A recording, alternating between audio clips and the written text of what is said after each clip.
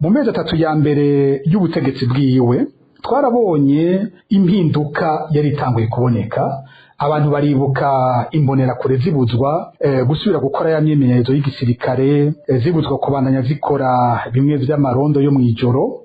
Muri ndondeza twatanguye kubona ibitigiri by'abanyuruzwa bikoroka cyane, mbere byasa n'ivyahagaze. Ariko guhera mu kwezi kw'icenda muri 2020 niho twabona ivyo kunyuruza abantu bisubiye kugaruka. Mu mezi 3 ya nyuma ya 2020 yonyene twaronse abantu 21 banyurujwe n'urwego bita documentation service national de renseignement kandi batigeze basubira kuboneka. Mu mwaka wa 2021 ho ibara ryaraguye aho haje urwego rushasha runyuruza abantu, iperereza rya gisirikare benshi bita G2. Muri uwo mwaka gusa turamaze kuronka ibitigiri by'abantu 60 banyurujwe n'iperereza ry'igisirikare. Uwo mwaka twaraheje turabishira habona, tumaze kubivuga mu mpera z'umwaka bica birahagarara, mbere n'umukuru w'iperereza rya gisirikare yari Colonel Ernest Musaba arakugwa mu mabanga.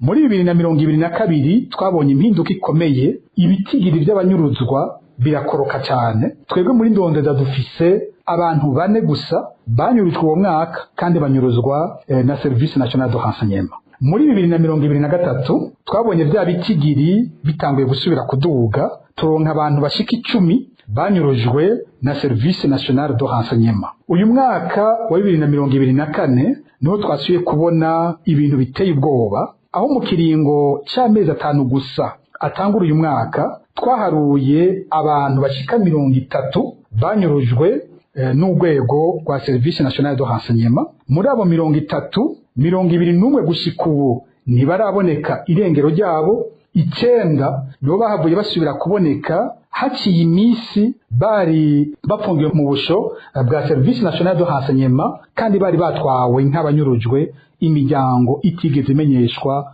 abo bantu iyo bari. Ngaha icyo twabonye nuko hariho intara zibangamiwe kurusha izindi. Intara ya Bubanza cyane cyane komine Gihanga, Cibitoke cyane cyane komine Mabayi, igisagara ca Bujumbura hamwe n'izindi ntara zimwe zimwe. Abanyuruzwa dusanga ahanini ari abanywanyi ba MSD, ba CNL bayoboka Agatongwasa. Abo bose ugasanga kenshi bariko bagirizwa ngo barakorana n'umuhari Red Tabara. Harabonekamwe na bamwe mu mbonerakure nabo nyene banyuruzwa.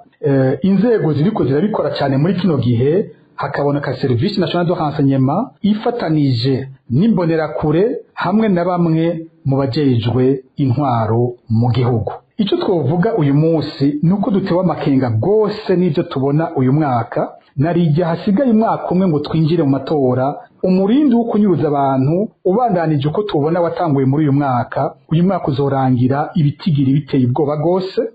Mu mwaka uza naho tugatinya ko hoho bizoca biba umurengera. Ikindi novuga twabonye nuko uko ubutegetsi bwa Nkurunziza bwigenza muri ivyo bintu, ariko n'ubwa Ndayishimiye bwigenza. Nta muntu numwe wo muri izo nzego zinyuruza abantu arigera hanwa yagirizwa ko yanyuruje abantu bakabugwa irengero ryabo. Bwa butungane bwari bwavuzwe, kwaguhana kwari kwavuzwe, ntivyigeze bikorwa gushika uyu munsi, vyabaye amasigara cicaro.